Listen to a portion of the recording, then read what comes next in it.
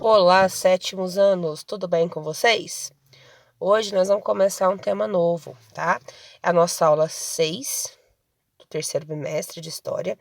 Ela vai ser postada no dia 24 de setembro de 2020. Vamos começar a falar um pouquinho sobre a colonização da América Espanhola. Ou seja, como que a Espanha, né, após chegar aqui na América, conseguir vencer os astecas, conseguiu vencer os maias, como que a Espanha passou a colonizar, ou seja, a povoar, né, o território conquistado por ela. Para tanto, vocês vão assistir essa videoaula, depois ler atentamente. Hoje está bem facinho a atividade, tá? As páginas 88 a 91 do livro didático ou material que está aqui embaixo, eu anexei as páginas, tá? Vai anotar no caderno o que mais te chamou a atenção nos textos. Não é resumo, vocês podem fazer em tópico, tá? Ah, isso me chamou a atenção, isso é importante, tá? O que mais chamou a atenção nos textos de vocês, vocês vão anotar. E depois vocês vão responder, não precisa copiar as perguntas, as questões 4, 5 e 6 da página 89, 7, 8 e 9 da página 91. Dúvida, né? Os professores das respectivas salas estarão de plantão na quinta, dia 24 de setembro. E depois que vocês terminarem, mande a foto lá pro professor da sua sala até o dia 30 de setembro, tá bom? Então, vamos falar um pouquinho aqui, vamos começar. Os primeiros espanhóis que vieram para a América, eles receberam o nome de adelantados, né? Em espanhol, que vem na frente, tá? O rei espanhol, eles davam autorização para eles explorarem as terras, ocupar e explorar as terras aqui, porque este rei, ele tinha o objetivo de povoar a América sem gastar dinheiro, tá? Então, ele deu esse empreendimento a terceiros, né? Os adelantados. Só que os adelantados, eles tinham a obrigação de mandar 1/5, ou seja, 20% de toda a riqueza em ouro, prata, ou que eles produziam aqui, né? Em termos de agricultura, eles tinham a obrigação de mandar 1/5, a quinta parte, para o rei da Espanha. Obviamente, né, eles não mandavam, né? Aí o rei começou a perder controle sobre o que os adelantados ganhavam, né?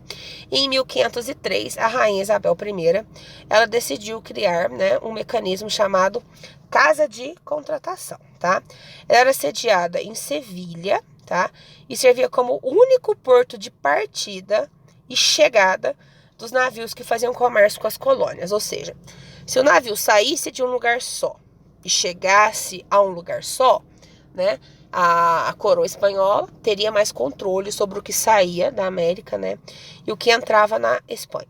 O objetivo da Casa de Contratação era garantir o pacto colonial ou exclusivo metropolitano, ou seja, né, a obrigação das colônias aqui na América realizar comércio somente com a Espanha. Assim a Espanha lucrava, né? A questão aí da Casa de Contratação, a coroa espanhola viu que não estava dando muito certo ainda, né? Em 1535, o que aconteceu? Eles decidiram, como a América Espanhola era muito grande, tá? Decidiu dividir esta América Espanhola em vice-reinos. O primeiro vice-reino, aqui ó, foi o vice-reino da Nova Espanha. Esse tá de rosinha aqui, que hoje fica onde é o atual México. Qual era o objetivo da coroa do rei espanhol em criar os vice-reinos em 1535? Mandar um nobre de confiança extrema do rei para a América para ser o vice-rei e controlar, né, tudo que era produzido ali naquela região e reportar, obviamente, né, as informações e os lucros para o rei da Espanha, tá? Depois foram fundados o vice-reino da Nova Granada, né, que hoje é a Colômbia e parte do Equador, o vice-reino do Peru e o vice-reino do Rio da Prata, aqui no sul da América, né, que englobava Uruguai, Paraguai e Argentina, tá? Cada vice-reino desse, né, recebeu o governo de um vice-rei, que era um nobre, né, da confiança do rei. Além dos vice-reinos, outras, né, unidades administrativas foram fundadas, né, as capitanias gerais, certo? Que eram unidades menores, né? Porque, como eu disse para vocês já, a América Espanhola é muito grande, né, pessoal? Ó, engloba tudo do México para baixo aqui do continente americano, excetuando o Brasil. né? Então, um tamanho de território desse teve que ser dividido para que o rei espanhol, né, tivesse mais controle, tá? Além das capitanias gerais, cada vila ou município, né, foi formado conselhos, né, chamados cabildos. Hoje, cabildo, em alguns lugares, em espanhol, significa prefeitura, né? Vocês devem estar estudando espanhol aí, né? Então, cabildo é prefeitura e alcalde é prefeito em espanhol, né? Então, quem controlava ali os cabildos, sempre representantes das elites locais, ou seja, os poderosos locais, né? Eram os alcaldes, né? Sempre, né? Encarregado de reportar, né? E cumprir o que determinava o rei, que estava lá na Espanha, ou o vice-rei, né? Que controlava ali o vice-reino mais próximo a que esse cabildo ou capitania se localizava, certo? Dentro aqui da América Espanhola, pessoal, nós podemos identificar 5 grupos sociais distintos, tá? Os chapetones, os poderosos, né? Que ficam ali no topo da pirâmide social da América Espanhola. Os chapetones eram brancos, tá? Eram nascidos na Espanha, geralmente nobres, e vinham para cá, né? Para a América, geralmente, né? Proprietário de terra ou de mina. Mina que eu falo é onde se explora ouro e prata, né? E ocupavam sempre os cargos de maior poder dentro da administração pública, né? Então, basicamente assim, ó, chapetones, nascidos na Espanha, nobres, ricos, estavam ali no alto da pirâmide e tinham poder político. Lembra que o que gerou, né, boa parte, lembra não, nós vamos ver agora mais para frente, o que gera a maioria, né, das revoltas, rebeliões e revoluções que nós vamos estudar, é essa questão de poder, tá? A busca insana do ser humano pelo poder. Então, os chapetones estavam lá no topo, né, um grupo social formado lá no topo, tinha poder, tá? Tinha terra, tinha mina e tinha poder. Os criollos, eles não nasceram na Espanha, tá? Eles eram descendentes de espanhóis, porém eles nasceram na América, tá? Alguns criollos conseguiam ter terras, ter minas, ou às vezes praticar atividades comerciais. Muitos criollos conseguiram ganhar dinheiro, né? É aí que entra a questão. Muitos criollos conseguiram ganhar dinheiro, só que eles tinham dinheiro, mas não tinham poder, porque esse poder, né, estava nas mãos dos chapetones. Aí vai descendo a pirâmide, quanto mais desce, mais lascado fica, tá? Os mestiços, filhos de espanhóis, homens, né, quase indígenas, geralmente vítimas aí de estupro, né, eram pessoas livres, tá? Pequenos comerciantes, artesãos, e no meio rural eles eram capatazes ou auxiliavam os proprietários na administração da fazenda, ou seja, eram livres, mas eles não tinham cargo importante, né? Sempre funções menores aí. Os indígenas, pessoal, eram um grupo social menos favorecido, tá? Geralmente, eles eram submetidos a trabalhos forçados nas minas, em obras públicas, dentro das fazendas, e esses indígenas atuavam aí no regime de servidão, tá bom? Não foi em todos os lugares da América Espanhola, tá, que se utilizou o trabalho escravo. Foi principalmente no Caribe, né, como Cuba, por exemplo, né, na Ilha Espanhola também, e no norte da América do Sul. Na Colômbia, tá, utilizou-se muito, tá, a mão de obra escrava, mas não foi em todos os países do escravo africano, perdão, não foi em todos os países aí da América Espanhola que se utilizou o negro, não, como escravo, foi mais o indígena mesmo, certo? Então, olha só, essa questão que eu falei para vocês entre chapetones, ter dinheiro e ter poder, e os criollos que tinham dinheiro, mas não tinham poder, vai gerar mais para frente lutas contra a Espanha pela independência, né, desses países aqui da América do Sul, porque os criollos, eles queriam ter poder também. E enquanto esses lugares estivessem sob a tutela da Espanha, eles não poderiam exercer esse poder, porque o poder estava na mão dos chapetones, tá? Então, esse conflito aí vai gerar mais para frente, como a gente vai ver, guerras de independência contra a Espanha, que resultaram na formação do México, do Peru, da Colômbia, né? Obviamente, após a independência, os chapetones saíram de cena e os criollos começaram a exercer aí o poder nesses locais. Mestiços, indígenas e africanos escravizados, a situação deles, infelizmente, não mudou, né?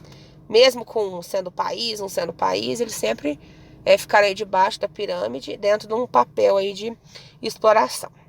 Certo, pessoal? Continuando aqui, ó. A mineração, né, ela foi a principal atividade na América Espanhola. Tinha gente, no começo, que ficou tão louco com a quantidade de ouro e prata, né, principalmente nas minas de Potosí, da Bolívia, que não conseguia carregar o que eles tiravam de lá. Eles morriam sufocados, né, pelo peso do ouro e pelo peso da prata. Ao redor das minas, né, passaram a surgir as cidades, abertura de estradas, né, e também essas estradas serviam para levar as mercadorias e o mineral extraído até os portos para levar até a Espanha. Obviamente, né, a gente não come ouro, não come prata, né, precisa de plantar, precisa de criar animais, né, mas a atividade aí de agricultura de subsistência não foi forte na América Espanhola, tá? Mas, assim, predominou, né, em alguns lugares o cultivo da cana-de-açúcar, principalmente em Cuba, né? Até hoje Cuba é muito forte, né? No cultivo da cana-de-açúcar, do tabaco e do cacau, tá? Na pecuária foram criados cavalos, bois, né? Para utilizar ali na tração e na alimentação da população local. Os indígenas, como eu já falei para vocês, eles passaram a atuar, né? No regime de servidão, tá? Num trabalho forçado. E as duas principais formas que esses indígenas aí trabalhavam, né? Era a mita, como eu já falei um pouquinho para vocês, e a encomenda. Na mita, os indígenas eles eram obrigados a trabalhar alguns meses por ano nas terras da coroa espanhola, praticamente de graça, em troca de um salário super baixo. Dentro ali dos Incas, né, do Império Inca, a mita já existia, tá? Só que o rei Inca, ele mais ou menos que cuidava, assim, da alimentação desse indígena e da família dele. Obviamente que na América Espanhola, dentro de todas as atrocidades e exploração que os espanhóis fizeram contra os indígenas, né, a mita foi uma forma de trabalho brutal que acabou aí dizimando aí milhares de vidas dos índios, perdão. Outro método de trabalho, né, foi a encomenda, né, em que o dono ali, o colono, chamado de encomendeiro, ele pegava tipo uma parte de terra e ele tinha que explorar essa terra e ele podia utilizar a mão de obra dos indígenas que morassem ali naquela região, seja na agricultura, seja na exploração, né?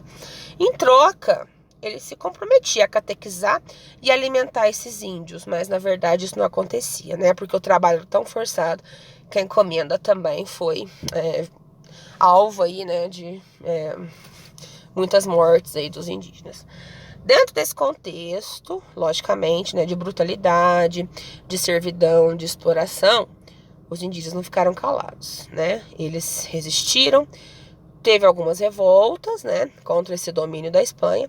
A mais conhecida delas é a revolta de Tupac Amaru II, que começou lá no final de 1780, né? Ela marca aí mais ou menos o início da libertação aí dos indígenas contra o domínio espanhol, tá? O indígena, né, o Tupac Amaru II, ele se chamava José Gabriel Condorcanqui Nogueira. Ele se intitulava descendente do Tupac Amaru, né, que foi o último imperador inca, né, lá vencido pelos espanhóis. Por isso ele passou a se chamar Tupac Amaru II, né? No começo, ele agiu de forma pacífica, pedia para as autoridades que deixassem os indígenas de Tinta, né, que era a região ali que ele vivia, em paz, que não fossem obrigados a pagar tributos, que não trabalhassem. Como eles não teve o pedido atendido, ele conseguiu reunir cerca de 40 mil nativos, né, e deu início a essa revolta aí, que ficou conhecida como a revolta de Tupac Amaru II. Após algumas batalhas, no início de 1781, os indígenas foram derrotados e seus líderes presos. O Tupac, a sua mulher e seu filho foram condenados à morte e executados lá em Cusco, né, na cidade de Cusco. Bom, pessoal, espero que vocês tenham entendido um pouquinho, né, sobre esse empreendimento, porque foi um empreendimento. A colonização da América Espanhola, ela foi um empreendimento, né? É como se fosse uma empresa. Pensa assim, o ato de administrar essa colonização foi uma empresa montada pela Espanha. O que custou? O trabalho, né, de milhões de índios que se tornaram servos através da mita e da encomenda, e também, né, em algumas regiões, o trabalho aí do escravo africano. tá bom? Qualquer dúvida, a gente vai estar de plantão na quinta, né? Enfatizando. Vocês podem procurar a gente. Um abraço, pessoal. Até mais.